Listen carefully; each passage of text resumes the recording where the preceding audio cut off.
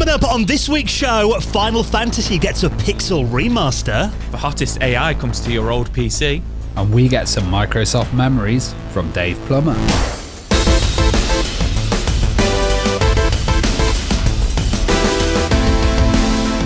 And the Retro Hour podcast is brought to you every week with our amazing friends at Bitmap Books. Now, one of my favourite books they've done recently is The Games That Weren't. Reprints are due this August, boasting never-before-seen screenshots, pre-production art and exclusive interviews, delving into the mysteries of video games that never saw the light of day. So you can check that out and the rest of their retro gaming books at bitmapbooks.com.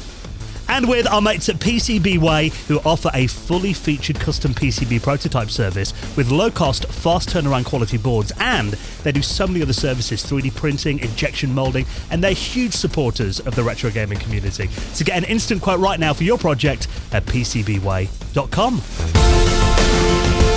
Hello and welcome to the Retro Hour podcast, episode number 373, your weekly dose of retro gaming and technology news with me, Dan Wood. Me, Ravi Abbott. And me, Joe Fox. And very nice to have you joining us for another weekly look back at what's been happening in the world of retro gaming and technology from over the last 7 days. Of course, we bring you up to speed on everything that's been going on. You don't have to Google around and check all the news websites, but you leave it to us. We do it for you every week. And of course, we bring you a very special guest in the second half of the show as well. And I've got to say, the interview that I did this week, so I sat down last week with our special guest this week, and chatted for about 45 minutes with him. It was one of the most interesting interviews I think I've ever done on this show. Now, I know you guys weren't involved, but I know you are very familiar with our guest this week, particularly you, Ravi. Oh, yes, for sure. Am I right in saying he created Task Manager? Well, I guess this week is Dave Plummer. Now, he's a retired Microsoft software engineer. Today, he runs a really interesting YouTube channel called DavesGarage, or Dave's Garage, if you're from that side of the pond. But yeah, I mean, really, we could kind of go through all of his background, you know, when he originally got into computers when he was a kid, and kind of his journey into Microsoft. Because, I mean, he started like programming games and stuff at home for fun. And then by the time he went to Microsoft, I mean, he'd released some stuff on the Commodore 64 and the Amiga before that. I mean, he's a massive Amiga nut. So you'll find this one interesting, Ravi. But then, yeah, he worked at Microsoft for several years and worked on some technologies that really have become such a big part of every Windows user's lives in the modern day. You could not survive. That's probably the most regular application that I used on Windows was the Task Manager, you know, with Control-Alt-Delete and kind of being able to kill programs that were taking up too much memory. That was like an essential tool. And also Space Cadet Pinball as well, which I know you're a real big fan of. Yeah, I mean, obviously that game was originally a Maxis game back in about 1995, then kind of got brought into Microsoft. They released it on the Plus Pack at first, I think, didn't they, on Windows 95? And then Dave worked on the port to Windows NT that then became the foundation for the version that I think most people probably played on Windows XP. So, you know, just the fact that he went back to making games at Microsoft, you know, was a really interesting story as well. And his claim to fame is, and he's got a great video on this, but I kind of get the story from him as well, that he managed to sneak Microsoft Bob into every copy of Windows XP. So was Microsoft Bob the operating system that they did that was really visual, or was he a character that came from the operating system? Was it the dog? Yeah, well, the dog kind of came out of Microsoft Bob. You're right. This was 1995 it came out. It was basically an operating system that was meant to be really user-friendly. So, you know, everything was, I think, what do they call it? Skeuomorphism? It was images, wasn't it? You were kind of like in a living room and you had different images and you'd select them and they'd represent the programs. Yeah, so your computer was a house. And you had rooms, so, you know, if you wanted to open a word processor, you'd go to your desk and pick up your pen and paper, and that would open the word processor program. If you wanted to open your spreadsheet, you'd open the checkbook. It was really that era when, you know, they were desperately just trying to make computers more friendly for the average person. Obviously, it was a massive flop, and then, yeah, one of the Microsoft Bob characters, Rover, he's the little dog that appeared on Windows XP. And there's also Clippit, who was, you know, Clippy. Famously, so there was a bit of Bob originally. Bob legacy in the other OSs. Yeah, well, basically, he managed to sneak some code from Microsoft Bob into 500 million copies of Windows XP. So, everyone had a bit of Bob in their life and didn't know about it. So we'll get that story and lots more as well with our special guest. You're going to really enjoy this week's one. Dave Plummer, he'll be on the show in around half an hour from now. And he's not the only guest that we've got on the podcast this week, because we do have someone else who is a very good friend of the show. Hello, Tommy. Hello, and it's really fun to be here. Thank you. Well, very nice to have you on. Now, this is a lot of something that we started recently. This is where we, once a month or so, we invite someone from our patrons community to basically be the fourth voice on the show. So, you come on, you chill out with us for half an hour, chat about some of the news stories, and also bring one of your stories along as well. And I know you've got a really interesting one to tell us about in just a bit, but I mean, if anyone that's been on our Patrons Hangouts, Tommy, will know you. You're all such a big part of it, great fun to talk to as well. But for people that maybe haven't joined us on there, kind of briefly give us your background in gaming then. What's kind of your background in it? Where did it all start for you?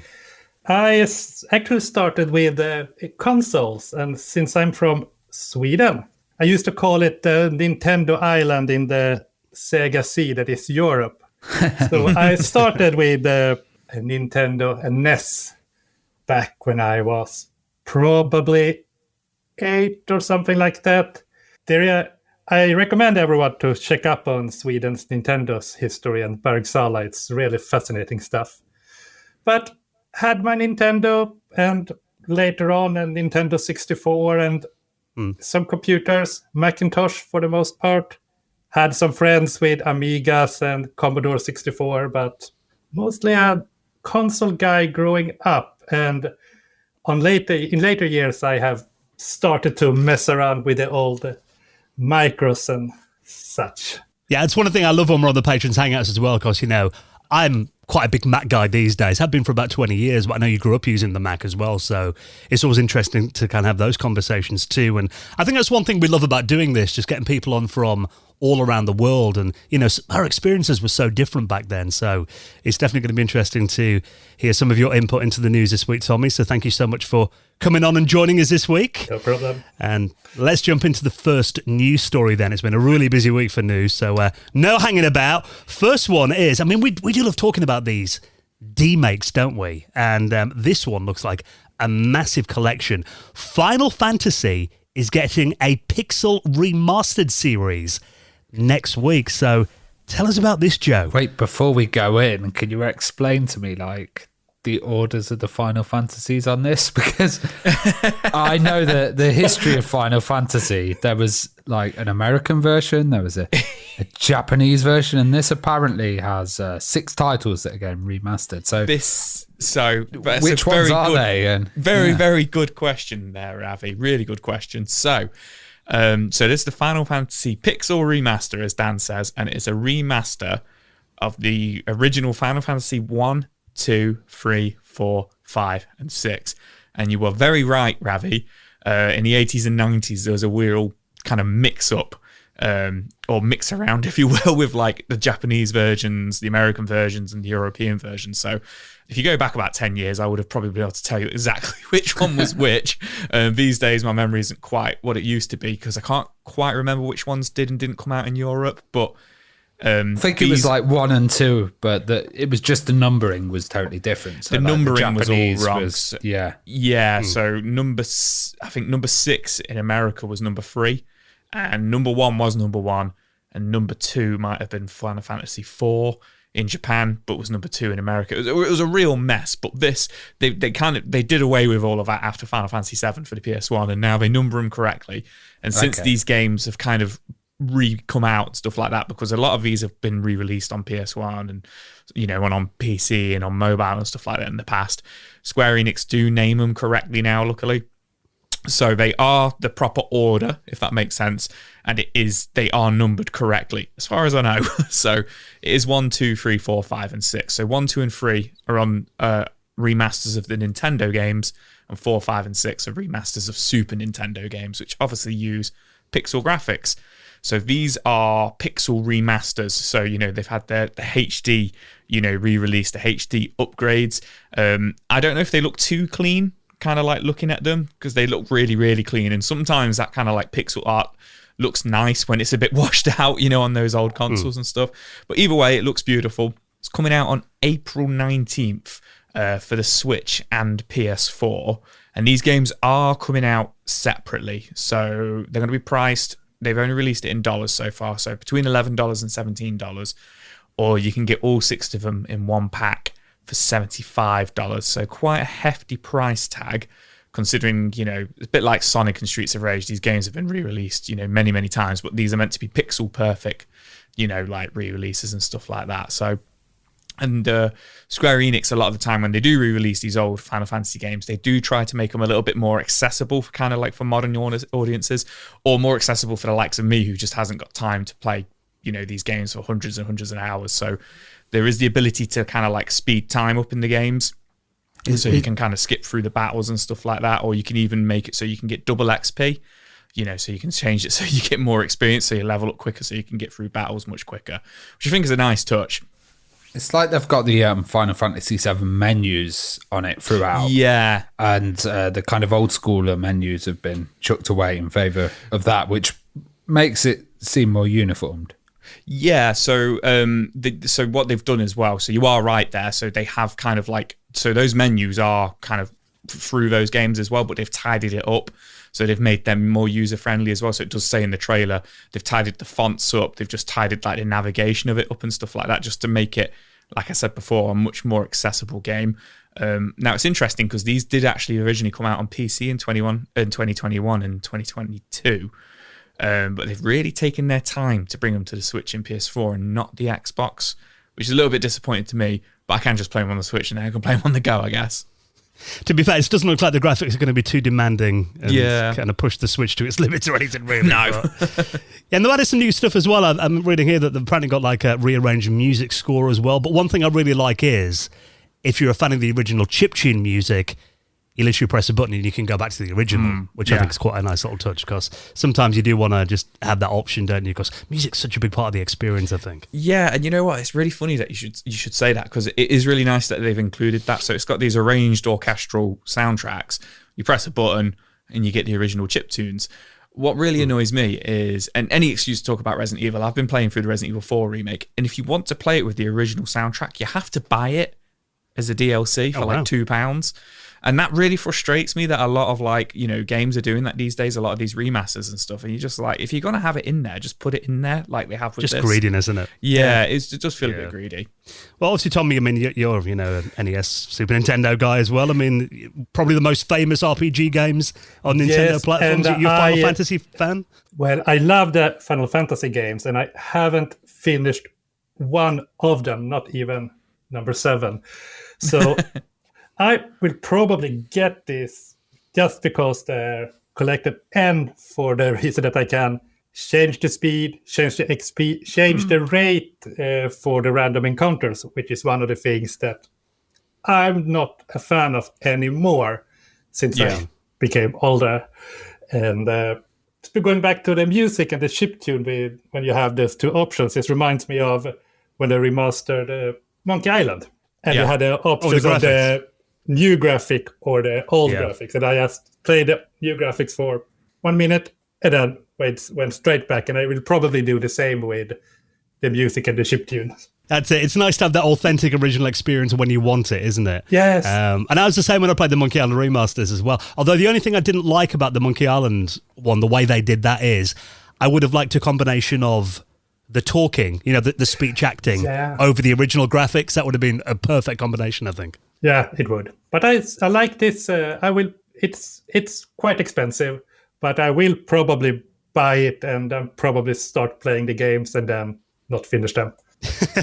Well, you know, I've said on the podcast myself, I've only completed about 10 video games in my life. So you're in good company here, Tommy. Don't worry. Yes. But yeah, I think it's good. You know, people are talking it's expensive, $74.99. But I mean, you do get 6 games for that. Yes. So, yeah, I mean, it kind of works out just over $10 each. But, yeah, so it does look good. And from what I've seen, I mean, I haven't played, you know, I'm not a big RPG guy. I did a little bit of looking around before on these. They've been quite well received on the PC. As you mentioned, Joe, they've been out on the PC for a year or two. So I think it's nice to have this compilation released all together for consoles, apart from the Xbox. Sorry, Xbox fans. But yeah, if you want to get hold of this, coming out next week, April 19th. So I'll put a link to that and you can check out the trailer in our show notes at theretrohour.com. Now, something that I know Ravi has watched, and I've watched as well. Have you seen it yet, Joe or Tommy? Have you watched the new Tetris movie? No, I haven't watched it. I'm so excited to watch it, but I still haven't. I'm glad you've watched it, Dan. These guys need to catch up. It's such a good film. I can't stop promoting it, you know. I've not seen it, but I don't think a day's gone by since Ravi watched it. Like, have you watched Tetris yet? Well, it was really interesting, obviously, the story of how the original Tetris got made in Soviet Russia back in the day. I mean, you know, it was a really fascinating story, and definitely, it's my wife, you know, she's not into computer games at all, but she found it really interesting. We sat down, you know, it's a good film, I think, for anyone just who wants to hear kind of, you know, all the drama that went on behind it. And, you know, at the end of the film, she said, I used to play Tetris on my Game Boy. I didn't realize all that went into it. So it's a really interesting story. But one thing you do see when you watch the film is they have the original version of Tetris in there. And Alexei Pajitnov, I believe that's how you pronounce his name, made back in 1984. Now, back then it was made on an old Soviet computer called the Electronica 60, and that didn't have sprite graphics or anything like that. So the original version of Tetris, and you do see this in the movie, basically uses ASCII characters. It's a lot of kind of solid blocks and square brackets, isn't it? That's what and that machine wasn't his as well. It was a part of the Soviet Academy of Sciences, and you know, it was the actual institute's machine, and he was creating it with the brackets, but also it wasn't as developed as the Tetris that we see today. There wasn't a scoring system on there. It was just a basic concept and the idea of Tetris, but now that's become available online, so you can play it on an emulator if you haven't got an old Soviet machine. But yeah, I mean, it is interesting when you watch the film and hear about a bit of the development. I mean, I'm not sure how much of the film was kind of put in there for, you know, kind of Hollywood drama, if you like. You know, there's a car scene, a car chase scene. Yeah, I think that was a bit of the dramatic stuff. They, you know, they need to kind of make it a bit more exciting, these films. Yeah, but most of it was quite accurate. There's even one bit in there, though, where they talk about, you know, the fact that if you've got a few lines of, you know, if you've completed a couple of lines of Tetris, originally only one row would vanish at a time. And then, you know, in the movie, they show where we expanded that to like several lines. So it's interesting to kind of go back and see that original version of Tetris. And it's as you'd expect it to be. It's green screen. You know, it's ASCII characters as well. And this is to celebrate the launch of the Tetris movie on Apple TV+. It's a promotional thing, really. But now you can actually play the original version of Tetris in your web browser without having to download emulators or anything like that. Joe's been trying it out. Is it quite different to your memories of the Game Boy version? Yeah, obviously I grew up on the Game Boy version, and I have the Super Nintendo version, which came with Dr. Mario, which they're the two I'm most familiar with. And obviously it plays a lot slower. And obviously I was trying to play it with my keyboard in the browser. I wasn't very good with the arrow keys. And like, you have to press up to, you know, change the position of the, you know, change what direction the Tetris is like laying in, if that makes sense. Yeah. I think you can use Z as well. Oh, can you use Z as well? Yeah. Oh, okay. Fair enough. But that really threw me off, and I was playing terribly. But it's cool. It's a nice little, like, you know, like, what's the word? Promotion for the film. And it's cool that it's there in your browser as well. Keep you busy at work when you're meant to be working. It's interesting because they're saying Tetris is the most ported video game in history on 65 different platforms. And I probably also think it might be the most cloned game in history. I remember playing so many different versions of Tetris, even explicit versions of Tetris as well. So yeah, there was all kinds. The mind boggles now, right? Yeah, I'd love to see a pack with every single version of Tetris ever created, but legally, I guess something like that couldn't happen. It's just when you look at this, though, isn't it? And you see the original game. I mean, like many things, though, it's such a simple idea, but they're often the best ideas, aren't they? And it's kind of one of those, you know, probably one of the earliest casual games, you know, where you didn't need to be a hardcore video games fan. Anyone could just kind of pick it up because it's very logical to play, I think. And we've kind of talked about that before, that I guess, you know, Tetris on the Game Boy was really the first game I remember seeing, you know, businessmen on trains playing it. Yeah. And one of the first games that almost feel impossible to put away once you've started playing it. That's it, isn't it? And I think a lot of people are quite interested to see kind of where it came from. And obviously this movie will have a lot to do with that as well. But, you know, for a lot of us, kind of, you know, when I was a kid, I assumed it was an original Game Boy game. I didn't think it had any history before that, but learning about it and actually being able to play it, I think is really interesting. I think it's that idea of kind of cleaning up or getting rid of something that like humans like. I see these people playing like Jet Wash Simulator at the moment, and I'm like, you're spending the whole time just cleaning up a level of something, and I kind of see the same, related with Tetris, where you're cleaning the lines and the unorganized stuff is a bit chaotic. I know Joe's a big fan of the Power Wash Simulator game. You know what? When Ravi said it then, I had flashbacks to it. It was around this time last year, maybe a little bit later in the year. And yeah, I had a full addiction to that game. I played it every night for like 3 weeks, 4 weeks, and then kind of had that realization of like, what the hell am I doing? Maybe I should get a job as a power wash guy. Stuff like that starts going through your brain. You're like, because at the time I was working in my old job, which I really couldn't stand my old job, and I was just like, I could go be a power wash person. Yeah. Although sitting in your PJs playing it on an evening is probably not quite the same as standing out in the pouring rain doing it in IRL in real life. Very true. So, and actually, talking about this original Tetris experience as well. Apparently, there's also a hack that's been made for the NES that basically gives the 1989 version of the game an Electronica 60 makeover. So it makes the NES version of it look like the original Soviet version. So it is really cool that the movie is now kind of getting a lot of people into kind of looking beyond the Game Boy and the NES and seeing the original version of it, and you can play it really simply now. So if you want to play that in your browser, I will link it up in our show notes along with the rest of the stories as well.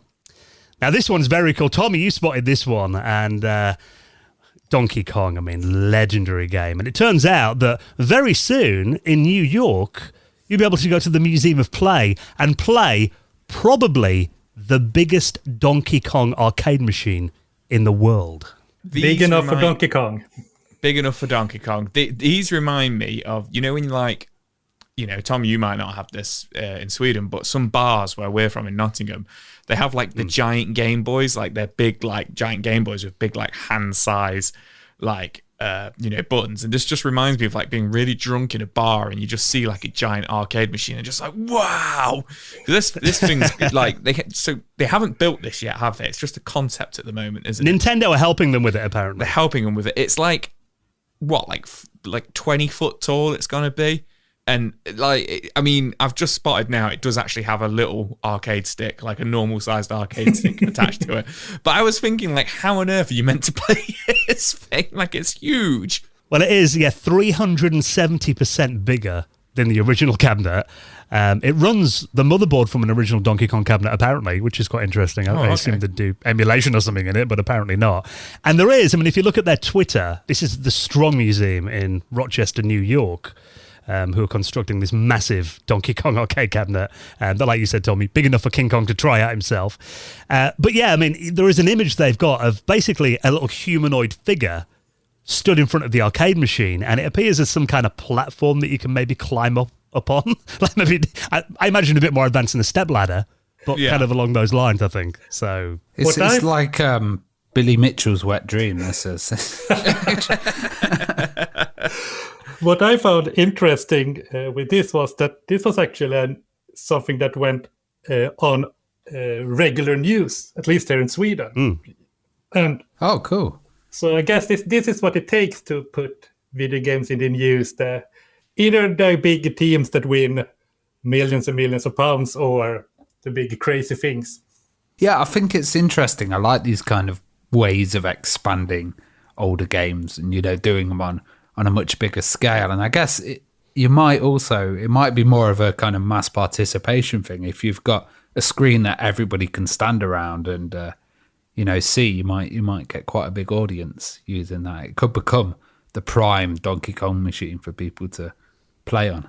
But obviously Donkey Kong at the minute, he's obviously in the new Mario movie, which I think you're the only one that's seen it out of all of us, Tommy, at the moment. I have. But I've seen people whinging online that he's kind of been redesigned a bit. Is he a bit more like the Donkey Kong Country version now, isn't he, in the new movie? Yeah, he is totally Donkey Kong Country, which I didn't have a problem with because he was the first Donkey Kong I really experienced, I think. If I think Donkey Kong, I still think Donkey Kong Country. But yeah, they have a reference to the old one in the background. There is an arcade cabinet that is obviously Donkey Kong, but it's not Donkey Kong on it. It's like some kind of white jetty, but they have Jumpman and so they do some sort of throwback to the old one. And there's we were talking earlier, Pixels as well. I remember they do a huge version of Donkey Kong in that as well. And was Donkey Kong in Wreck-It Ralph as well? I can't remember. Maybe Ralph was kind of influenced by Donkey Kong. But yeah, in terms of video game movies, though, I mean, yeah, it's I still haven't seen the Mario film yet, but I think this is just tying quite well with it, that he's kind of front of mind again for a lot of people. And it just seems, it's really interesting how Nintendo are getting involved in this as well. So no word yet about when it's going to be finished. Apparently it could be this summer. They reckon that they're aiming for about maybe end of June. But if you want to check out the images so far, yeah, I'm just thinking, I'm only 5'8". I'm not going to be able to reach that joystick without some serious ladders to get up there, I don't think. It's made for me. I'm a big guy. I'll sort it out. So, yeah, it does look very cool, though. So if you want to check out the pictures so far, those will be in this week's show notes as well. Now, obviously, the thing that's taken the world by storm at the moment, and, this kind of just seemed like it came out of the blue a little bit recently. The hot thing a year ago was, everyone was talking about the metaverse and VR, and that's going to change the world. Kind of feels like, that's kind of been forgotten a bit now, and everyone is talking about artificial intelligence, ChatGPT, Google Bard, that's all over the news. Only thing I ever hear about, if I listen to modern technology podcasts, that seems to be the only topic that anyone's talking about at the moment.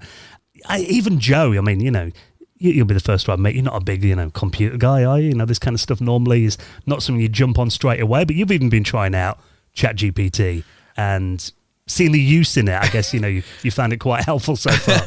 I don't know. I found it quite frustrating as well. So I got it to grammar and spell check something for me the other week, and I was really impressed with it. So I've used it once. I was like, oh, that's fantastic.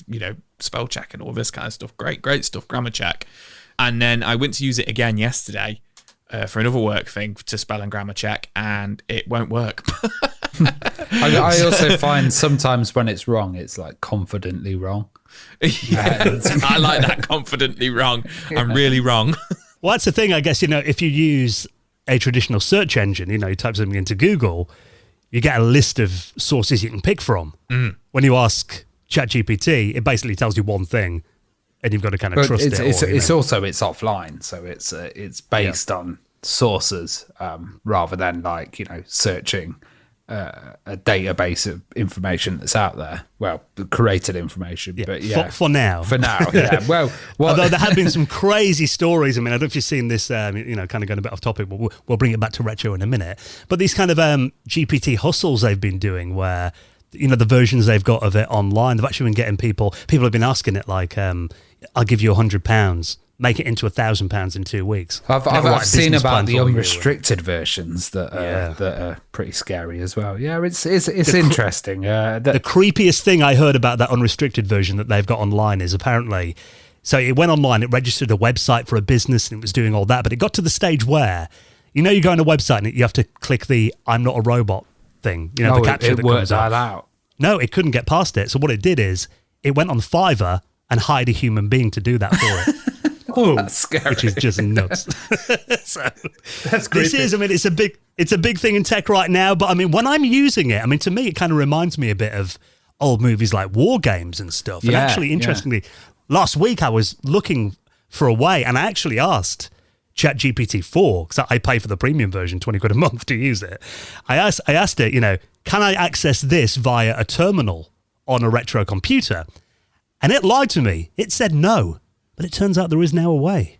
Yes. So Enthusiast, I hope I say this right, Yeo Keng Meng, has released a client for MS-DOS that can run on your 4.77 megahertz IBM PC. So this, it runs on the IBM but connected to a network. And it's quite interesting how he's done this, because the main problem that seemed to happen was, he's sending packet information from the IBM to a virtual machine that's then kind of connecting to the internet and to ChatGPT. But the main problem seemed to be HTTP security. So HTTPS, which is the standard of security for websites. And he had to create a proxy to basically strip out the security of the website so that he could, send this information to it and receive a response using ChatGPT's API.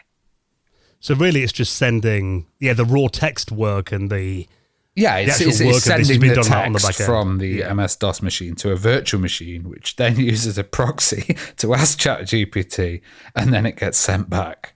Well, this same guy made a Slack client for Windows 3.1 a couple of years ago as well, so he's quite into doing this. But I mean, that's the thing about ChatGPT. I mean, I love the screenshot in this article on Ars Technica. It shows an old amber monochrome display on an IBM 5155. And, you can see the scan lines in there as well. It's got that phosphor glow on there too. That, to me, is kind of like, what you imagined the future would have been like in the 60s or 70s when you watch old movies. Yes. Just talking to a machine like that and it coming up on the screen. And it's war games to me, which I find extremely exciting. So I kind of looked through this because I'd like to do this myself. And, ChatGPT is like, it can do coding for you. You can ask it to write you a program. So maybe eventually this could be something you can just ask it to do. I actually asked it to write a podcast client for the Amiga that could play the Retro Hour recently. And it gave me some code. I haven't tried it out on the Amiga yet, but it will be interesting to see if it works.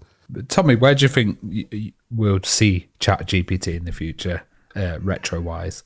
I think people are going to be able to use it to create better access to old games in modern environments. As you said, I think it will be helpful to write new code for new and better emulators, perhaps for those that we really can't do that well. Do you think it might have some application in like looking at code and then finding cheats that people haven't found? And I think it might have help with an upswing in coding. I think it can help, not especially retro now, but I think it will be able to help people who are curious about coding. But since we don't really have those coding in schools anymore, at least not in Sweden, even though we have it in our curriculum. So I think this will also be a help for people to start coding again. That's a good point, because I mean, I did actually ask it over the weekend. I said to ChatGPT 4, write me a Pong game for the Commodore Plus 4. And it wrote it all in BASIC for me. I copied that into an emulator and it played. So, I mean, the fact that it's even got that knowledge of retro computing kind of built into it already, the old operating systems and languages, I think is very interesting. I must admit, I'm looking at this now on this emulator here that's running on MS-DOS. I probably wouldn't ask it to play Global Thermonuclear War, like in war games. I'd be slightly nervous about typing that in. But I do think it's very cool that it has been ported to retro systems. Because, in terms of demands, if all the work's been done on the back end, it's just text, isn't it? So you would imagine it would be quite simple to display on these old retro computers and give you quite a futuristic feeling. So, exciting and admittedly slightly scary times. So, very cool demo. Now, obviously, when we get a patron on the podcast, we always like to invite you to bring a story along. And this is something I must admit, that's apparently been around a couple of years, but I think this one passed us all by, didn't it? Yeah, it must have. I personally haven't heard about it, and I think it fits me very well with being an old Nintendo player and a recent adopter of microcomputers. It's, I will try to pronounce it here, La Culotte de Zelda. What's that translate to in Spanish? Isn't it like the hero's pants or something? Yes, or even Zelda's pants is probably, I don't know. I think it's by a person, Sisquire. I probably pronounced that wrong. But it's an Amstrad CPC version of The Legend of Zelda, more or less. With, if I understand it right, some influences from A Link to the Past as well. And I haven't played it. It's apparently out. I haven't heard about it for about 3 years. I think it's been out. But I looked at some of the gameplay on YouTube, and I really, really like the graphical style and the sound. Seems really cool. Have you got an Amstrad then, Tommy? Is that a machine you've got in your collection? No, I don't have a physical Amstrad. I really like one because the Amstrad was one of, when I started to look into microcomputers, the Amstrad CPC 464 was the first one I got really in love with because of the keyboard, to be fair. Yeah. I love that color, that weird color choices for like the arrows and so. think it's The greens beautiful. and Yes. So I'm always on the lookout for the Amstrad, and when I finally get one, I will give this a chance. What I'm a bit disappointed in the film I watched on YouTube is that they don't show any dungeons, but I assume the dungeons are done as well, because I would like to hear the music. The music is so great. It's really good music in this. What do you think, Joe? Because I'm looking at this and it looks better than Zelda. I was going to say, I hate to say it, as a big Zelda fan. Now, when I say I'm a big Zelda fan, I'm a big Zelda fan of like A Link to the Past and onwards, because of, I didn't grow up with a Nintendo. I grew up with, Sega and SNES and stuff like that. So I've got a lot more affiliation for, 16-bit onwards. However, I must admit, and you've just said it there, Avi, I think it does. It looks better than the Nintendo ones. It looks better than the original. It looks like a nice version of The Legend of Zelda. Well, one thing I've noticed, it hasn't got the screen push. No, it's actually scrolling. And also noticed that some of the Octoroks, those octopuses, they seem to move a bit weird in comparison to the old NES game, but that might be a show by choice. But there was something I noticed. They seem to squiddle along a bit faster. In terms of the animation, though, I think it does look very smooth. Really smooth. I'm not sure kind of what the frames per second is on this, but it does look very fluid. And I think for a fan-made project, I mean, I've got an Amstrad machine, but my keyboard doesn't work on it at the moment. It's something I need to kind of on my ever-growing list. They're so underrated, aren't they? The Amstrad, like that's the thing, yeah. Having these new titles coming out and like really showing the kind of power of what they can do. Might that be the reason that this apparently still around for 3 years without Nintendo throwing down a big maybe fist? They don't know what an Amstrad is at Nintendo. I think that's probably right, Ravi, if I'm honest. So, apparently a new version of it just came out a couple of months ago, so it does look like it's something that's kind of in constant development as well. But yeah, I think the more I see about the Amstrad, it's just stuff that I didn't realize was possible on that platform back in the day. It feels like, developers back in the 80s just didn't really push these machines to the limits. Probably. So it's very cool that fans are doing that. So, if you do want to play Zelda on your Amstrad, that is available now. Now, of course, we do our monthly patrons hangout. I did mention that before, at the end of every month. So that means we're only about 2 weeks away from the next one. And, Tommy, you're on most of our hangouts that we do each month. And how much fun are the hangouts? It's always a highlight of my month. It is the highlight of the month. I think it's the part of the month when I really meet my friends.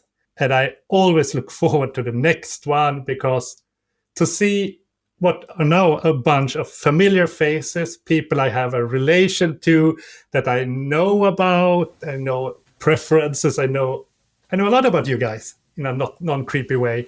And it's such fun. It's such fun. Yeah, we've got a great community there, and I think, like I said at the start of the show, the fact that we have people from all around the world coming on there with different experiences and different systems to show off, and we get advice, and sometimes it's just, we have a laugh, don't we, and we nerd out about stuff. It's really laid back, and we always look forward to doing these. And there's another one coming up at the end of the month. All our patrons are welcome, so if you join any tier of patron, you'll get invited to the monthly hangouts as well, and we would love to see you there. And also for our gold members and above, we have a little bonus podcast that we did, don't we, Ravi? The After Hours podcast. Oh, yes, absolutely. Love that. It's good because we kind of just go off on a subject and we debate stuff, and we can be a bit longer than we are on the podcast, even though we are over an hour, yes. With the After Hours, we can sometimes go into 2. It's really good. And I always love kind of just discussing different topics. And one that I really liked was when patrons suggested games for us to play. I think we need to do that again. That would be a great one, because it was all titles that I'd never touched before and you guys hadn't, and it's great to kind of experience new ones and other people's memories. Yes, I mean, we swap it up every month on the bonus podcast that we do for our gold members and above. The After Hours, the current episode is all about piracy, actually. So, like we said last week, if you're a member of FAST or anything like that, don't listen to that episode. But that is available now. And if you join us as a gold member above on Patreon, you'll unlock all 33 episodes of that. So, a lot of listening. And, of course, the reason that you're helping out the podcast on Patreon is just to make sure we can pay all our hosting costs and the bills that come in all the time. So, anything we get in there is massively appreciated. And, of course, for joining us on Patreon, you will get a mention in the most prestigious high score table in the world of retro gaming, and that is the Retro Hour Hall of Fame. Hall of Fame! And let's induct the latest members into the Hall of Fame. Actually, last week's guest on the podcast, thank you so much to Ross Kilgariff, who joined us on there this week. Robbie Bowie. And Seabreezer, who all joined us on Patreon over the last 7 days. Thank you so much for your support. And if you'd like to join us on there, all the details to sign up right now and get an invite to this month's Patrons Hangout are on our website at theretrohour.com. Right, then we're going to be talking to this week's special guest, Dave Plummer from Dave's Garage on YouTube, and of course ex-Microsoft as well. Some great memories of his time at Microsoft to go into those amazing days in the 90s. We'll talk to him in just a moment. Before we do that, let's take a second to give a big thank you to this week's sponsor, and it's a long-term sponsor of the Retro Hour, our wonderful friends at ExpressVPN. Now, before we're talking about, all these new technologies that are coming out there as well, and the online world at the moment, it feels a pretty crazy place. So we know that services like ExpressVPN protect your privacy and your security online as well, which is obviously a really big part of using a service like ExpressVPN. But one thing that's very cool that some people don't know about is you can also use ExpressVPN to watch movies and TV shows that normally you can only see in other countries. And this might be of interest if, like me, you've kind of watched everything you want to watch on, the British Netflix or wherever you are. Because, you're paying increasingly expensive costs every month for these services. This will change your world. So now rather use ExpressVPN to basically binge movies and TV shows, particularly on the American Netflix. Yeah, I've absolutely rinsed Netflix. And, you pay for it and you want to unlock this extra content. It's there. And I've been watching some awesome stuff. One of Joe's favourite films as well, Cliffhanger. I love Cliffhanger. Absolute classic one. And then one you guys might not have heard of, I Got the Hookup, which is it's like Friday, kind of one of those tales about two hustlers, and they end up getting a load of dodgy mobile phones and selling them from the back of a van, and then it all goes wrong. And that's got Master P in it as well. It's a wicked, old school hip hop movie, really good. Accepted as well, which is College Rejects. It's got Jonah Hill in it, and they basically, make their own college and pretend they're there to their parents, which is a really good film. I loved all of them. And it's just great to kind of have them on a service that you're already paying for. Well, that's the thing, isn't it? 'Cause believe it or not, there are actually around 100 different Netflix libraries around the world. So that is a hell of a lot as well. There might be, if you love, Korean dramas, you can use ExpressVPN. I went onto the Australian one the other day, and it had obviously Crocodile Dundee. But then it had great stuff like Muriel's Wedding as well. And I was like, oh my God, I've not seen that for years. So, and that's the thing. It works not just Netflix. You can use it with, services like Hulu, BBC iPlayer if you're outside the UK. Even YouTube has videos that are region locked. I was actually watching some old, do you remember that BBC show that was on in the 90s, The Net? Yes. It was kind of an early internet program, and there's about 10 episodes of it on YouTube. But for some reason, the last episode 10, it wouldn't work in the UK. Have you ever used YouTube TV as well? That's a service where you can get TV channels and you can sign up, and that's only available in America. But with a VPN, you can watch it, and you can watch all the football on there and stuff. So that's the thing, you press your button, it thinks you're in America, then it unlocks this content that wouldn't work over here. And the reason, there's a lot of VPNs out there. We love ExpressVPN, particularly for watching media, because it's just really quick, isn't it? No lag. Yeah. I don't even notice when it's on. I have it set to open up when I open up my laptop, and that's usually because I'm traveling as well. So with security, it's absolutely fantastic if you've got hotel Wi-Fi and places that you usually wouldn't connect to. Yeah, and it works on all your devices, your phone, your smart TVs, your consoles. I think there's apps for Xbox and PlayStation. So you can watch what you want on the big screen or on the go. If you're heading away over summer, it's definitely worth having on your laptop. So if you want to get access to hundreds of new shows and, of course, stay secure, use our exclusive link right now and you will get an extra 3 months free of ExpressVPN on a 1-year plan. And of course, for using our link, you're going to really help out the podcast as well. Take advantage of these offers. Let our sponsors know that you're listening and you enjoy what they do. So head to expressvpn.com/retro. Get those extra 3 months for free and support the show. expressvpn.com/retro. And a big thank you to our friends at ExpressVPN for their continued support of our show. Well, Tommy, thank you so much for coming on and being our guest news host this week. Been a blast to have you on. Did you have fun? I had really fun. So thank you. But quite a good experience. I really liked it. Well, thanks again for taking the time to chat to us. And of course, we'll see you on the Hangout in a couple of weeks' time as well. Yes. And next, this week's guest, going inside the world of Microsoft and of course his fabulous YouTube channel as well. Dave Plummer is coming up next on the Retro Hour podcast.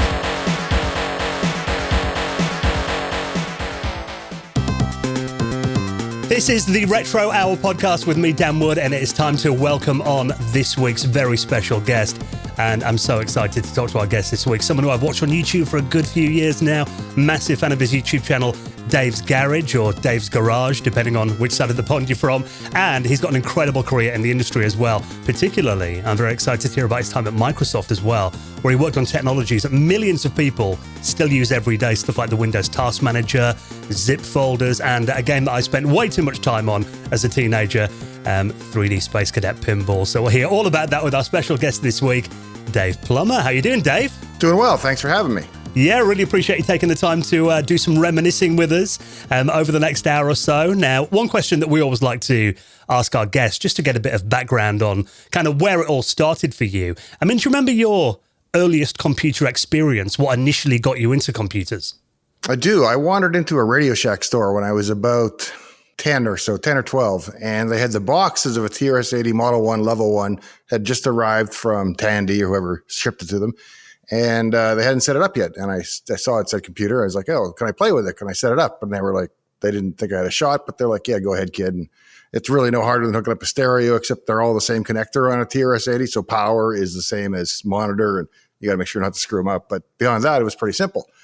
So I was playing with it for the rest of the day because I was just fascinated with it. And I eventually wound up riding my bike down there. We had Thursday night late shopping in my small city I grew up in. So I'd ride my bike down there and hack away for 3 or 4 hours and spent a lot of time there. And then eventually I rode my bike down to the University of Regina Computer Lab where they had a PDP-11 and I had an account that I could get in and code in BASIC and so on and so forth. So those are my two really initial experiences with computers.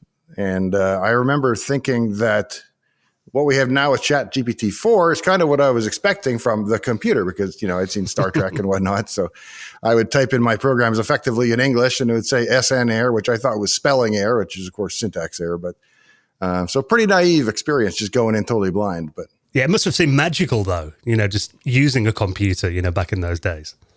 Yeah, I've kind of looked back at it and I get a massive dopamine rush from making a computer do anything, especially if it's something complicated or hard that I made it do. And I really enjoy that process, and I did from the first day. Well, let's talk about your first home system then. What was your first computer you got, and how did you get it? My parents, when I was about 15, saved up, and they managed to get a Commodore 64 and a 1541 drive. And I had a little 13-inch Zenith TV in my bedroom, so I used that as the monitor. And that was really the first computer we ever owned. And in fact, it's the last thing anybody ever bought for me because I used that to write code that I bought an Amiga with, and it just kind of cascaded forward. So, yeah, you were lucky to have the 1541 floppy drive. I had my first machine, a Commodore Plus 4 that I've still got next to me. It was all cassette-based over here, though. Yeah, floppy disk drives were way too expensive in the UK. So, yeah, the amount of time I spent ages waiting for games to load from cassette tape. So having a floppy drive was definitely something nice to have back then, I imagine. Yeah, although they were so unreliable because the early ones overheated so badly that it spent many, many months of its first year in the shop. So I spent a lot of time with the cassette deck as well. So how did you learn to program the Commodore 64? Because I know the Commodore 64's BASIC. It wasn't the most fully featured. I remember a lot of, peeking and poking was the order of the day on the Commodore 64. How did you start programming that machine then? And was it BASIC all the way, or did you get into assembly and machine code as well? Almost simultaneous. So I think I had the programmer's reference guide, the classic spiral bound one. And so it had a pretty good set of documents for BASIC itself. And I was able to use that to learn BASIC. And the back of the book was all this assembly language. And I didn't have an assembler, but I had a machine language monitor on cassette. So I would load that up and tinker in machine language. or assembly language. Well, it's hex, so it depends what you're looking at. But I was always blown away by, you could do things like increment the screen color in a loop, and it would only make it about 20 pixels before the color changed, as opposed to basic flashing the entire screen at a slow frame rate. Or if you animated a sprite, it was infinitely fast effectively. And so I was always blown away by how much faster assembly and machine language was. So I kind of gravitated to it from the beginning. What kind of things were you writing at first on the Commodore 64 then? Were you doing applications or games? What kind of stuff were you making? I was doing games. The very first thing I wrote was basically a Galaga clone, except it only had the mothership because I couldn't do all the sprites. There aren't that many sprites when you're just not multiplexing them. And I remember it was a horrible code, the ultimate in spaghetti code, because not having an assembler, I wrote it in the monitor, but you could not insert code. So if you wanted to insert code, you had to jump out to some spare space and then write your code there and then jump back to where you had been. So it was completely horrible and unmaintainable. But it was my first experience with it. And when I finally finished it, I went to format a new floppy in order to copy all my code over to it. And I got it backwards and I wound up formatting my original. So it's lost to the ages now, but I'm still bitter about it too, as you can tell. Well, you mentioned about getting an Amiga as well, and I'm a massive fan of the Amiga. Behind me in this room, I've got an Amiga 4000 set up. That is awesome. Probably my favorite of all my retro machines. So, tell us about getting your Amiga then, and why did you want that machine? Well, basically, what was going on was I had dropped out of high school, and I wasn't doing much, and I was working at a paint store or something like that, and a guy that I'd gone to high school with called me from Ottawa and said, "Hey, do you still know how to program?" I was like, "Yeah, it's been a year or two, but I think I do." And he said, "Well, we're looking for game programmers." And they were contracting with Gremlin and Accolade and a couple other companies like that. So it was a small design house in Ottawa. And he said, "Well, here's what we're doing. We're doing a cycling game, and it's got to have 3D parallax scrolling, and it's got to have the sprites multiplexed. Write a really quick demo, send that to us." And everything was done by VHS through FedEx at that point, because you couldn't send anything online yet, of course. So I wrote the code to do that demo, and I had watched a friend named Chris. The summer before, we had worked on a game called Commander Video. He did all the code and I did all the graphics, but I spent a lot of time watching over his shoulder and kind of learning assembly language more and seeing how he did the raster interrupts and that kind of thing. So I learned a great deal from him and used most of that to write that demo. So they wound up hiring me, and I got in my car and I drove whatever it was 5 days east to get to Ottawa. And they set me up with just a Commodore 64 and then a SFD 1001, the IEEE drive, which was quite a bit faster than the 1541. But after a while, one of Chris's friends, I think Kevin Packel, had written something called TSDS, which basically allowed you to do all your assembly and editing on the Amiga. And then there was a cable ran to the 64, and it acted as a virtual floppy drive for the 64. So you could write and do everything on the Amiga and then just type load and run on the 64. And it was an order of magnitude faster at assembling code. So I decided to get an Amiga at that point just so I could do that. Then we had to own our own. It's not like it was a company piece of hardware, so it was my own Amiga and everything. But that's where I first got the Amiga. Was that the 500 or the 1000? Which model? It was the 500. It was just when the 500 first came out. Yeah, really nice machine. And obviously, you released software for the Amiga as well, and it had a great operating system. What do you think made the Amiga so special then? Because it must have felt like a big generational jump from the Commodore 64. It really did, especially going from assembly language to C. C was pretty mysterious, especially on the Amiga, where it's really verbose, struct intuition base pointer equals struct intuition base load library. It's just a massive line of code to load a library. And you look at that and as the first intro hello world, and you're like, oh my goodness, this is way different than what I'm used to. So I got a book called Born to Code in C, I think. I forget who wrote it, but he's still out there somewhere. And started with that and then learned C enough to be able to make my way around on the Amiga. But my day job was still writing 6502 for the 64. So it was, basically tinkering. And eventually I think I got a copy of the Lattice compiler saved up, and I got the big 3-volume set. I still got it here somewhere, actually. And from there, I never really looked back once I had a good compiler. So, well, your big Amiga product was Hypercache, and that was, I've seen it described as the first commercial disk caching software. So how did you come up with that idea? And explain a bit how Hypercache worked. I would imagine there was solutions on the PC before that. It probably was the first Amiga accelerator or disk cache, I would think, because the factory operating system didn't have it, except you could type add buffers, I think, in your boot config and add some read caching for the floppy drives, but there was no support for hard drives. And I looked around and I found a piece of code that was doing something with the device driver, but I saw that it got far enough that had actually loaded, found the device driver, and was looking at the jump table at the beginning. And that's where you can find read and seek and write and all the very basic IO commands. So I decided, well, what if I intercepted read? And from that, I started building a cache, and it grew into an n-way associative read write back cache. I kind of did it as more of an experiment to see what I could do. It's so much more than a commercial product. But then when I was done with it, I realized it makes a huge difference in the performance of the Amiga. So I was going to sell it as shareware, but then I decided, no, I'm going to make the manuals and I'm going to shrink wrap it and do the whole deal. And I sold it through Safe Harbor and some of the other bigger catalogs in the back of Amiga magazines they have software listings, those people. And it did fairly well for an Amiga product. And that's what put me through college, really. And was that the first commercial product that you released? It was, actually, yeah. Yeah, it must have been great seeing the actual finished product, on discs and in a box and with manuals. You must have got quite a buzz out of seeing that. Yeah, I think the biggest thing was going into the one computer store in my hometown and seeing it on the shelf and knowing that I wrote it. Yeah. That had a cool feeling to it. So, what about working with the Amiga, though, in terms of, because the operating system was very advanced for the time, I think it was the first home computer that had proper multitasking. How did you find working with its operating system? I enjoyed it a lot. I was I had a fair bit of experience on Unix, and not that the Amiga is similar to Unix, but at least it's a preemptive multitasking.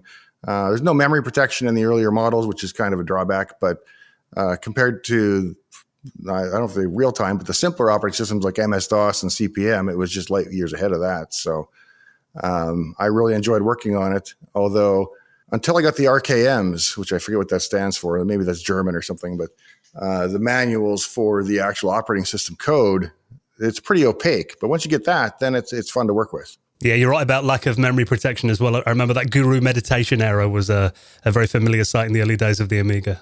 Yeah, we just been working on a project called Night Driver for the last year or two, and its fatal error exception is a ASCII art version of the Guru meditation error. So, oh, nice. Well, let's talk about your time at Microsoft then. So, you started working for them in the early 1990s. How did your journey lead you to Microsoft, and why did you want to work there?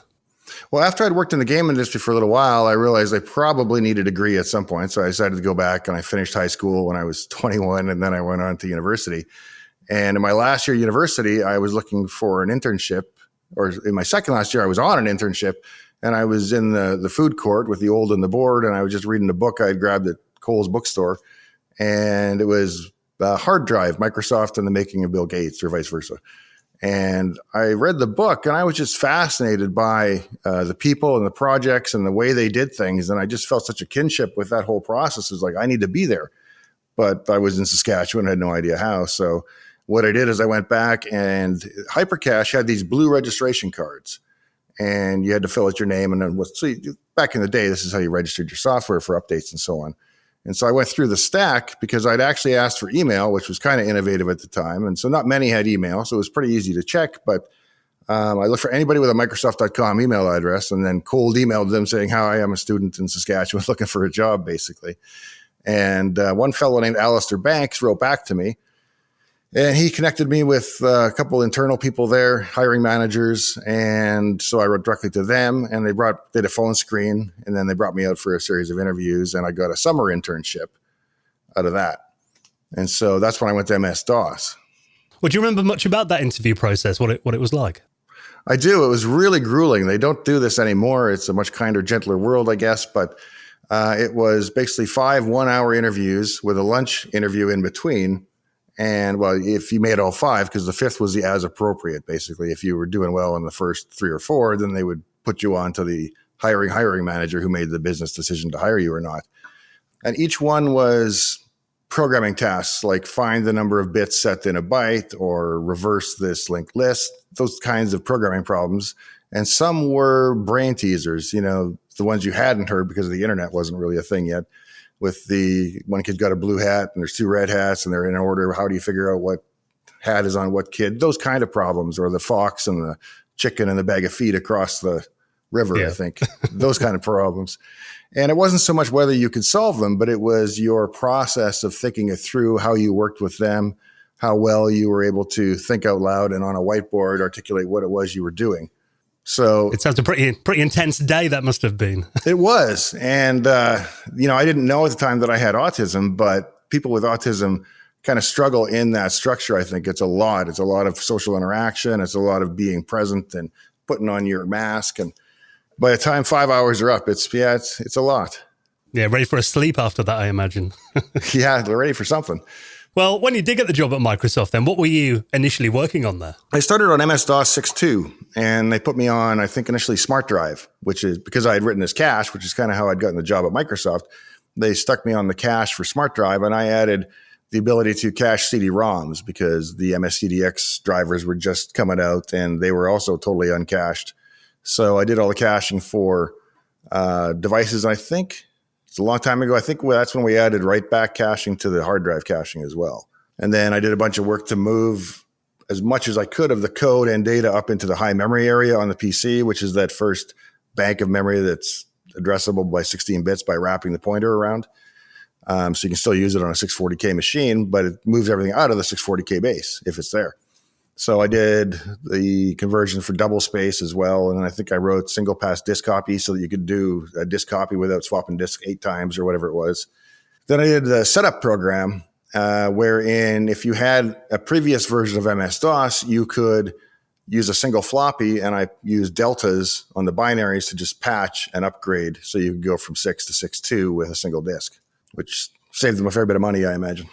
Yeah, I bet. And I mean, that time at Microsoft as well, that must have been quite an exciting time in the, early as we get into the mid-1990s, because that was, the lead up to the release of Windows 95, which, do you have much memories of that time then? Because I imagine there was a lot riding on the release of Windows 95. It was such a big product for Microsoft. I do, but my timeline was I was in MS-DOS until MS-DOS was done, and then I moved to Windows NT to work on Common OLE. Common OLE delivered into Windows 95 because it shipped for Office and everything else, which means my code is in Win 95, but I was actually on the NT team when it shipped, and we weren't competitors, but there's always a certain amount of rivalry in between teams and groups. So I was a thorough NT guy, and we didn't get invites to Win 95 launch. I mean, I went over there to check it out and see what was going on anyway, but we didn't get the colored T-shirts and the official invite anyway. So you did actually go to the launch yourself, though? Because I mean, I've seen YouTube videos of the Windows 95 launch, and it looked like, I'd never seen a software launch like that before. It looked like a rock concert. I mean, what memories have you got of that then? It must have seemed very glamorous for a software launch back then. It did. I think my most vivid memory is the fact they painted all the grass green for acres and acres, because there's a huge open common area at Microsoft there, and they wanted it to look good. So they literally paint the grass green so it looks like turf. And then the huge white tents were erected, and Jay Leno's wandering around. And I don't remember the actual launch, so I don't know that I stuck around that long. I was there more for the pre-events and then headed back. But so, yeah, I do remember the day pretty well, though. Well, let's talk about something that, is still used by millions of Windows users all around the world that you were behind. That is, of course, the Windows Task Manager. So tell us a bit about what inspired its creation and tell us a bit about the development of that. I think I was used to some of the process reporting stuff on the Amiga, and on NT, your end task dialog was basically a list of windows, and it was really, really basic. So I'd always worked on stuff on the side. I had done all the hypercache stuff, and I had continued writing shareware on the side when I was at Microsoft. And so I started tinkering with Task Manager. And the problem I ran into initially was that the way for getting reporting on processes and all that was done through the registry, HKey performance data or something like that. And it was really slow and incomplete. So I thought, well, I'll take it in and I'll just continue writing it as an internal product, because then I can use all the APIs that I need to use, which I can't do in a shareware product because I don't know them technically, right? You're stuck with the public linker files at least. So I continued developing it, and a couple people saw it and were curious about it. And I let them take it and try it, and it kind of spread around the team. And I forget how it became a decision, but at some point it was just in the product. So you must have been very pleased that was baked into the main operating system release thing. So obviously it's such a valuable part of Windows. Yeah, more so now, because when I was I got the code for Task Manager XP to do an episode on the channel. And when I was talking to Microsoft about getting the code and so forth, I was talking about metrics with them. And apparently there's well over 1 billion installed users, and there's something like 2 billion invocations every month. So it's pretty well used. Well, something else that was very well used back in the day, I wonder how much productivity time in offices was lost due to this back in the day. That brilliant game, Space Cadet Pinball, or 3D Pinball for Windows, as it was known as well. That was a game that was a favourite for an entire generation. All my friends at school and college were playing that for years. So tell us a story about that's creation then. I mean, was it exciting to be able to work on a game, while you were at Microsoft? It was. That came about because the vice president at the time, Jim Alchin, he wanted people to see NT as cool and capable and potentially, that it could run games if it came down to it and that kind of thing, whereas it had a very staid server image. And so he wanted something cool, and I don't know whose idea it was, but they said, well, let's take the Win95 pinball game, which already existed from Maxis as a company. It came with 3 tables, I think. And we got that code. And my problem was, of course, I'm on NT now. So not only am I fully 32-bit, I also have MIPS, Alpha, PowerPC, and Forerunner of IA64. And I've got to make it work on all of these platforms. And the thing is not written to work on any of these platforms. It's very much on almost an MS-DOS style gaming coding approach, but very 16-bit, very packed, and just stuff generally that will not work on a 64-bit or 32-bit RISC platform. So it was kind of a rewrite. And what I did was run the original game as kind of an engine inside of a box, and then I interfaced with it because some of the code was so hard to deduce what it was doing. There were state machines built with huge switch tables that you would have to map out to find out what was going on. And that's actually how we left the Easter egg in for the very first release. It was either we didn't know it was there, or we couldn't figure out how to remove it easily without breaking it. So that's Remind us what that was. What was Easter egg again on there? Easter egg may be the wrong term, but if you type in a certain combination of letters, then you are able to drag and click the ball and just bang it into what you want. You get an infinite number of balls. You can advance the score. It's basically the test mode built into the game was left in. Yeah, and obviously, I mean, that was a part of, the Windows Plus pack. I remember that came out, and then, Windows XP had a version of it as well. I mean, was your NT the version of it the basis for the Windows XP release? Yes. So, yeah, the code that everybody knows is the one that I ported, unless you happen to have the Plus pack, I guess. I was in the Plus pack as well with zip folders. That was another piece of code that I wrote, which was called Visual Zip at the time. But very useful as well. You couldn't imagine not having that built into an operating system today, could you? No, and it was interesting because I had released it as shareware, and I was selling, 10 or 15 copies a day, something like that, through the mail. And I got a call, and I had permission, of course, to do this for Microsoft or to work on side projects.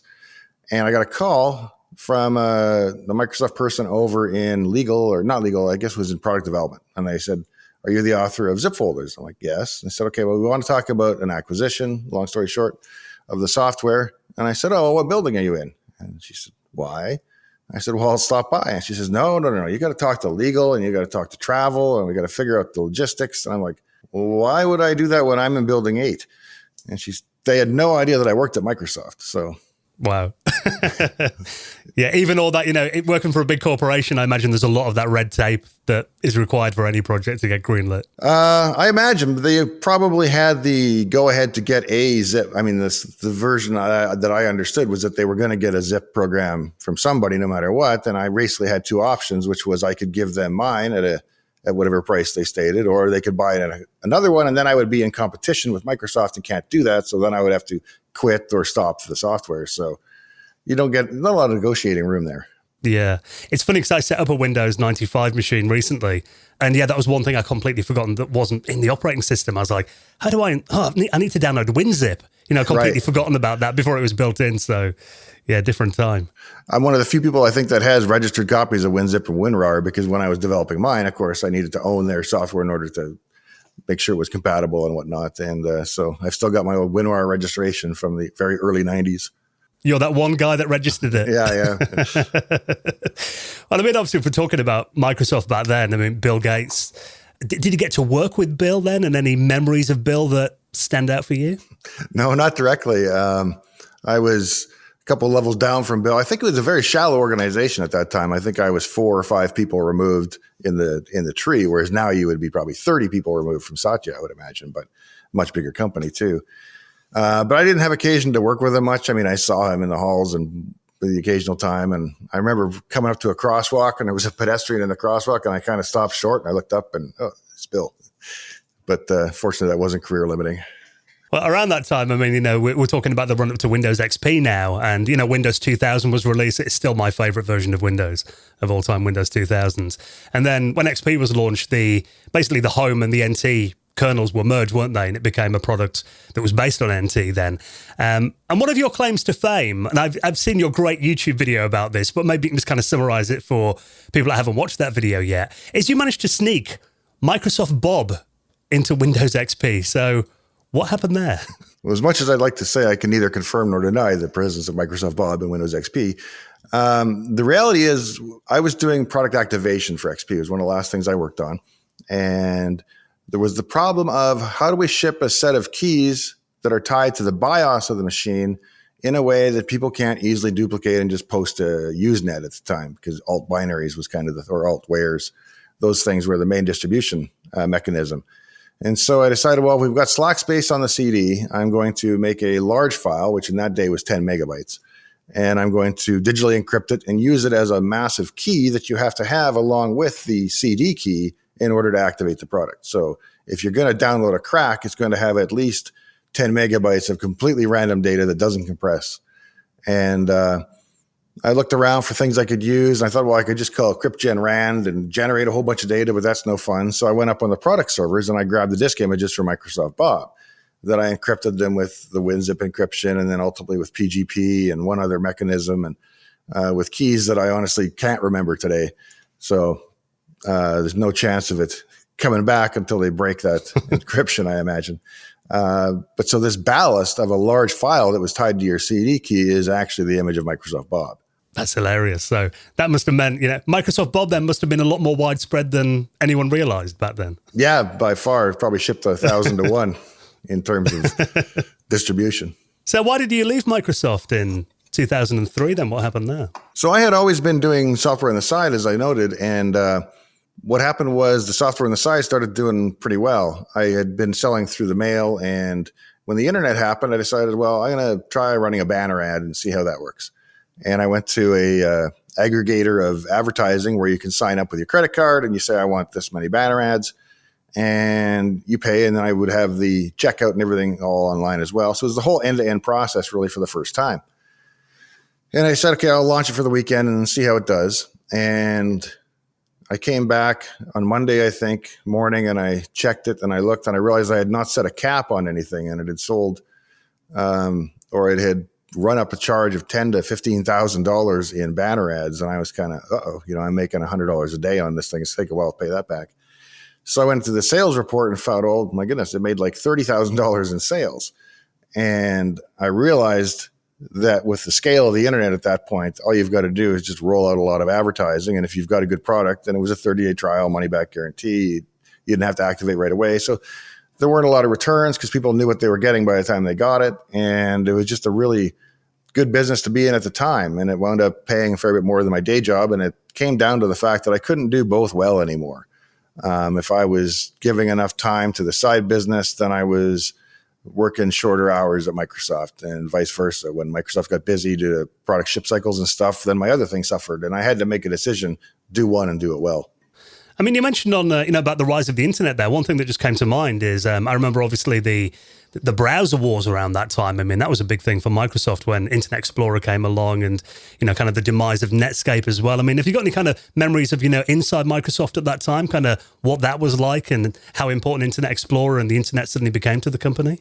I was rather cynical about the internet. This before IE. This is in the very early days. I kind of thought it was CB radio, a fad, because that wasn't being used for anything useful yet. I was used to Gopher and Telnet and the various Unix type utilities for the internet, but the web I wasn't impressed with. But then, of course, it became pretty obvious that it was something amazing. And in terms of the browser itself, I know the guy who owned the browser, but I never worked on the browser myself, except for it uses Common OLE and that kind of thing. But yeah, I don't have a lot of experience with the actual code base or anything of Internet Explorer, but it was, of course, a big deal to the company at the time. And I think we all probably had Navigator on our machines at some point, and then we would switch to IE and dog fooded, as they called it back then.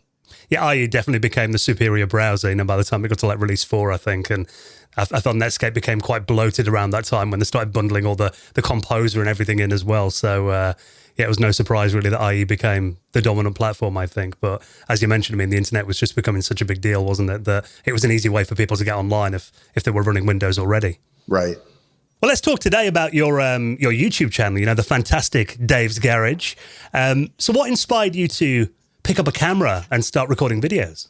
Basically, what happened was I got diagnosed with autism, and I did not want that to be a limiting factor, you know, that there's certain things you can't do or can't do well. And so I looked at the set of things that I was probably most challenged at and decided, well, I'm going to go do those things because, you know, the most discovery happens in uncharted waters, I guess. So I went out and I had a big open house shop party here at my shop for 100 people. And I wrote a book and I started a YouTube channel and some other things like that were just out of my comfort zone.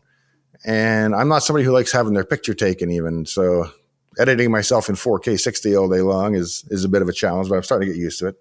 So that was really the start of the channel. And like most channels, I've left the old videos up just for painful contrast. It's hard to get started with anything. The first 1,000 subscribers are, of course, very, very slow. And it's quite an uphill battle, but I was learning a lot as I went. So, do you remember which video kind of pushed your YouTube channel in front of more people? Did you have one video that really made the channel blow up? I think the round to get over the hump to 1,000 subscribers was Theo Joe did a video on a Reddit post of mine. He basically read the Reddit post as an episode, and it was about Task Manager and some of the trivia and history about that. And that drew a lot of people my way. And then I guess that got me enough traction that once people saw it, they started coming back. What's your process for making videos? And do you kind of plan them meticulously and script them, or is it a bit more free-flowing these days? How does it kind of work?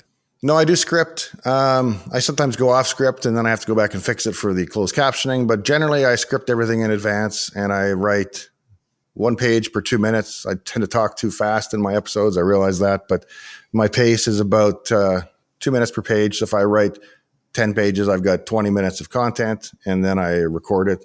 And then I spend a day editing it. So it's probably a day to write, a day to record, day to edit. It's about a half-time job. A little bit more than a half-time job. Yeah, a lot of people don't realize how long video editing takes, doesn't it? Particularly in the early days. I mean, when you pick it up and kind of learn your way around the software, it's a bit quicker, but yeah, it's still quite intensive, isn't it, the time that it takes? Yeah, and there's a lot of side work too. Like I'm doing an episode on laser engraver, and I've got one here, and I've been working on it for about 2 weeks, trying to figure it out, get competent with it, and so on. And so there's a lot of work goes often into the background that doesn't get shown or even seen in a short episode. So, well, I love the fact that your channel is, it's a real mixture of current technology and retro computing as well, which obviously I'm a big fan of. And you've been showing off some incredible systems, including the Kim 1 that was made by MOS Technologies, later Commodore owned them, the IMSI 8080, the War Games computer. Right. So what are some of your favorite memories about, exploring these machines, and how have you found covering them on YouTube? Well, the Kim 1 is probably my favorite, I think. What I found was I was on eBay and I was looking for a Kim 1 and I found one in a massive stack. And so it's two Kim 1 chassis from MTU welded together with hand-wired interconnects between the buses. And it had the Kim 1, a Rev A Kim 1 with all ceramic chips, which was a nice deal. And it had two 16K memory boards, a hard drive controller, a video graphics terminal, serial, prom board. So it was a completely kitted out system. And I bought that and I started with what worked and what didn't work. And I got the Kim 1 working. It was pretty modified to be able, people had to add terminals to them back then because it was set up for like a current loop TTY. If you wanted to do RS-232 to it, you had to actually cut some traces and change some chips, or not chips, some transistors. And so I undid all those changes to make it original again, and then went through and I fixed the two memory boards and I got almost everything working. And so I was filming my episode for the big Kim 1 reveal.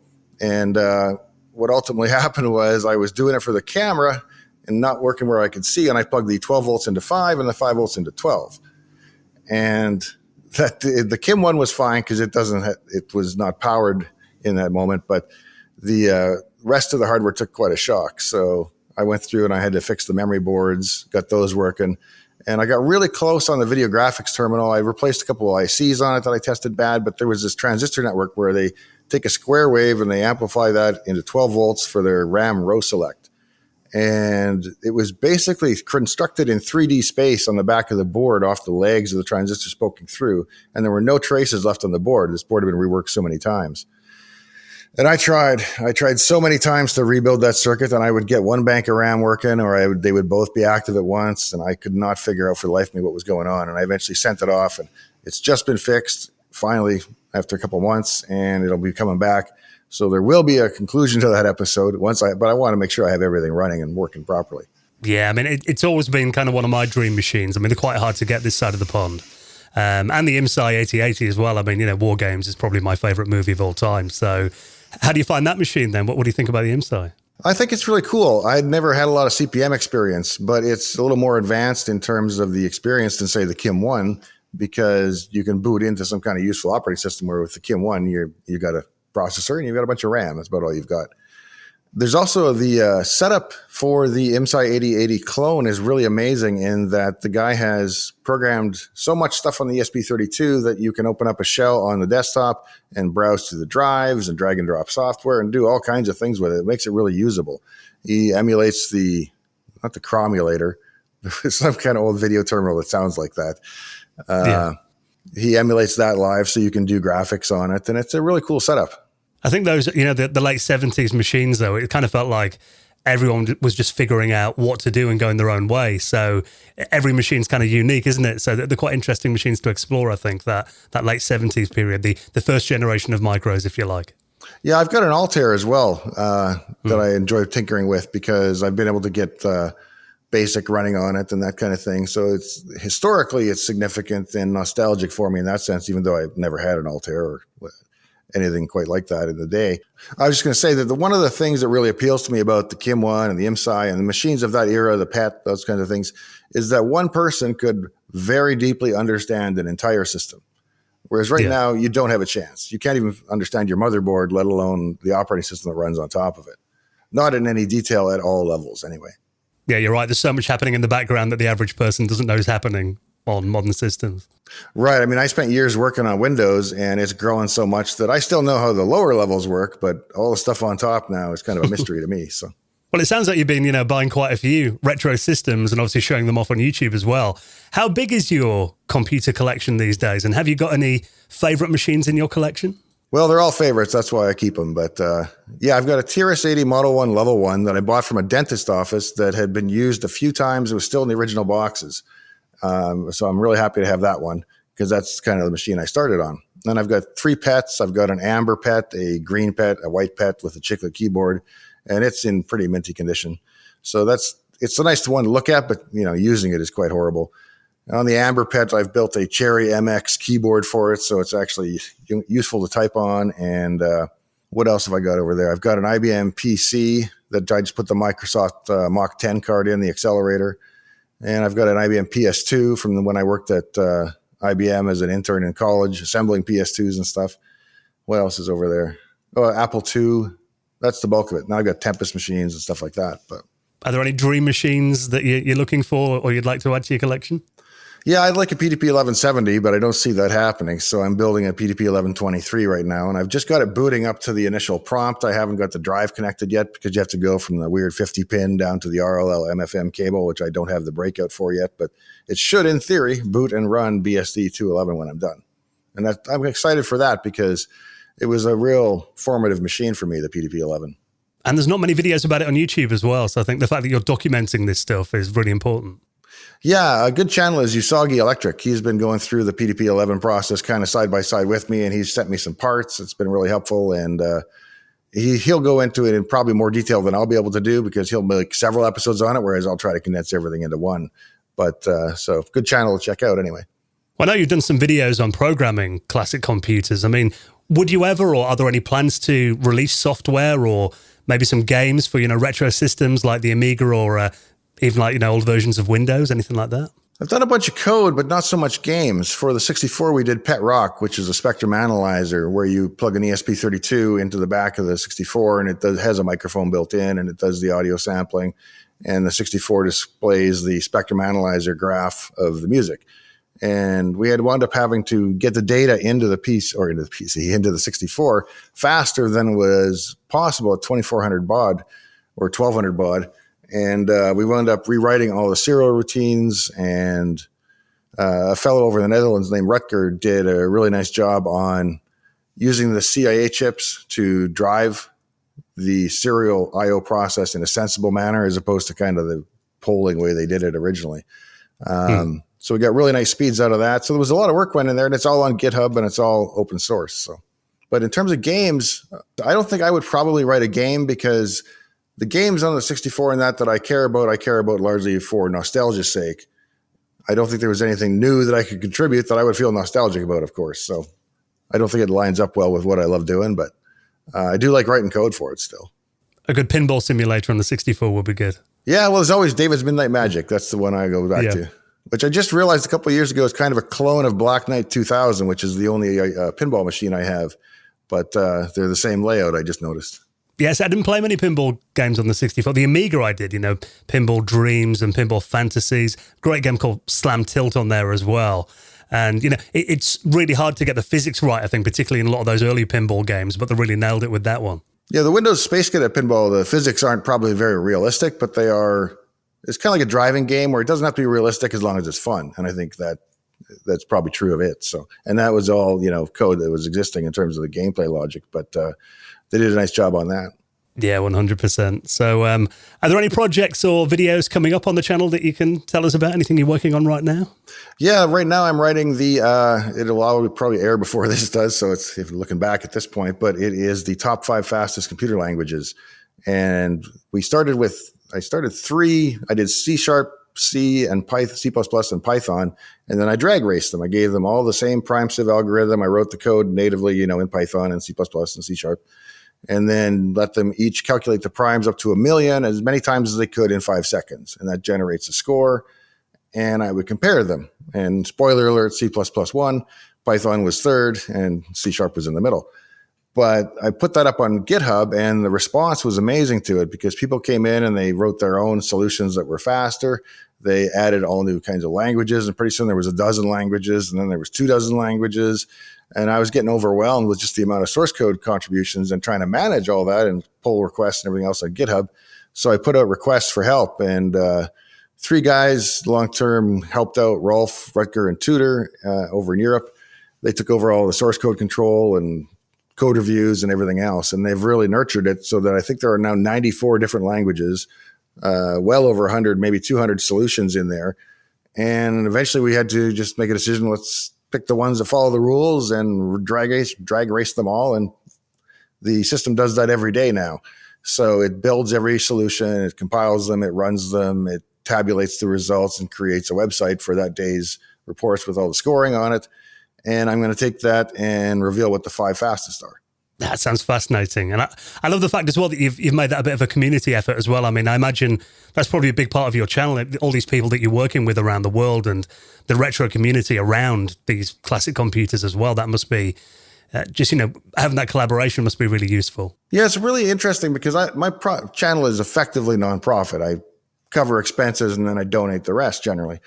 And so because I'm not doing it to chase money, I think people are more eager to help and contribute their time, because folks like Rutger seem to spend like 2 full-time jobs on it, and he's also got his own day job. So the amount of contributions I get from the community are really significant and helpful.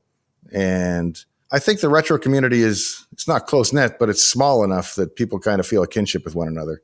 Yeah, and I love the retro community today. I think in many ways it feels like these classic computers are more alive than they've been in decades. So, and it's thanks to channels like yours and the amazing communities that surround retro computing as well. So long may it continue, Dave. Thank you so much for coming on and doing some reminiscing with us, and best of luck with the channel. Well, thanks for having me. It was great talking to you.